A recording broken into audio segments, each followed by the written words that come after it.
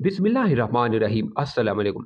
एक ज़माने में एक बहुत अमीर नौजवान था और उसके वालिद लाहलो जवार की तिजारत किया करते थे। अपने हल्का दोस्त व अहबाब में उसकी बात चलती थी और वो अपने दोस्तों के साथ इंतहाई इसार व मोहब्बत से पेश आता था। बदले में वो बेमिसाल अंदाज में उसकी इज्जत व एहतराम करते थे। दिन गुजरते गए, नौजवान के वालिद का इंतकाल हो गया और ख़ानदान बहुत गरीब हो गया। चुनाचा नौजवान ने अपनी खुशहाली के दिनों पुराने दोस्तों को ढूंढना शुरू किया। उसे पता चला कि उसका सबसे प्यारा दोस्त, जिसकी वो तकरीम करता था, जिसके साथ उसे प्यार था, जो कभी उसकी बात को नहीं टालता था, वो बहुत ज्यादा अमीर हो चुका था और बहुत ज्यादा महल्लात और जायदाद का मालिक बन चुका है। चुनाचा वो उसके पास इस उम्मीद से गया था कि वो उसे किसी नौकरी पर रख ले या फिर उसके हालात बेहतर करने का कोई रास्ता तलाश करने में उसकी मदद करे। जब वो महल के दरवाजे पर पहुंचा तो खुदा व हशाम ने उसका इस्तकबाल किया। उसने उनसे घर के मालिक से अपने तल्लुकात और उनके दरमियान पुरानी मोहब्बत का जिक्र किया। खुदाम गए और अपने मालिक को उनके जिगरी दोस्त के आने की खबर सुनाई। वो उठकर पर्दे के पीछे से एक ऐसे शख्स को देखता है जिसके कपड़े फटे हुए हैं और गुर्बत व फकीरी उसके चेहरे से अय्यां है। लिहाजा उसने मिलने से इनकार कर दिया। अमीर दोस्त के खादिम उसे बताते हैं कि हमारा मालिक किसी से भी नहीं मिलना चाहता। बस वो महल से इस दर्द अलम के साथ निकला कि कैसे ये रिश्ता महज मेरी गुर्बत के सबब मर चुका है और कैसे लोगों के दिलों से इकदार मरवत खत्म हो गई है। महल के करीब उसने देखा कि तीन लोग आपस में बहस कर रहे हैं, जैसे वो किसी चीज के बारे में इस्तफसार कर रहे हों।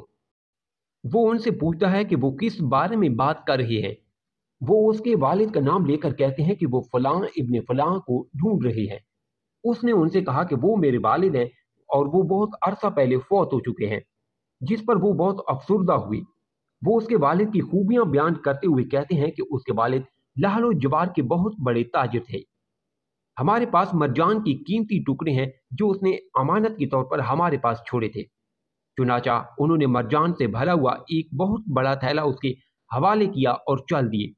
इस नौजवान पर हैरत तारी हो जाती है और उसे अपनी आंखों और कानों पर यकीन नहीं आता। वो उसे कैसे सच मान ले। लेकिन अब सवाल पैदा हुआ कि वो उसे कहाँ और किसको बेचे, क्योंकि इस शहर में कोई भी ऐसा शख्स नहीं था जो इसकी कीमत अदा कर सके।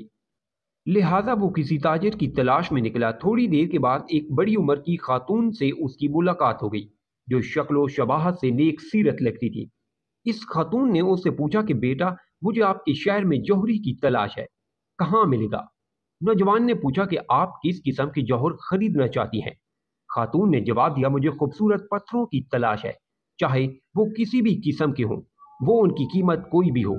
नौजवान ने पूछा, क्या आप मरजान खरीदना चाहेंगी? उसने कहा, मैं बिल्कुल खरीदूंगी। नौजवान ने मरजान के कुछ टुकड़े थैले से निकाले और खातून के हवाले कर दिए। खातून ने जब कीमती पत्थर देखे तो हैरान रह गई। वो टुकड़े खरीद लिए और ये कहती हुई चली गई कि वो बाकी वाले टुकड़े खरीदने के लिए दोबारा आएगी। यूं नौजवान के हालात में बेहतरी आने लगी और उसकी तिजारत बहाल होने लगी। फिर उसे अपने दोस्त की याद आई जिसने बुरे हालात में उससे मुलाकात करना गवारा ना की। तो उसने एक खत में दो अशार लिखकर भेजे।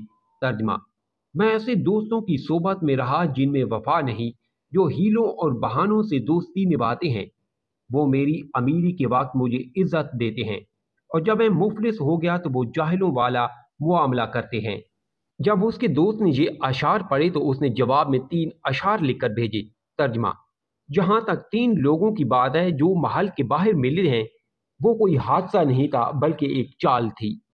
जिस औरत ने तुमसे मरजान खरीदा वो मेरी माँ थी और तुम मेरे भाइयों और मेरी आखिरी उम्मीद भी। हमने आपको बुखल और कंजूसी के सबब नहीं वापस किया, लेकिन हमें खौफ था कि तुम हमारे सामने शर्मिंदा ना हो जाओ। नोट: इस पैगाम को दूसरों तक पहुंचाइए ताकि अल्लाह किसी की जिंदगी को आपके जरिए बदल दे। तहरीर पसंद आई है तो लाइक और कमेंट करें। चैनल पर नहीं है तो सब्सक्राइब जरूर करें।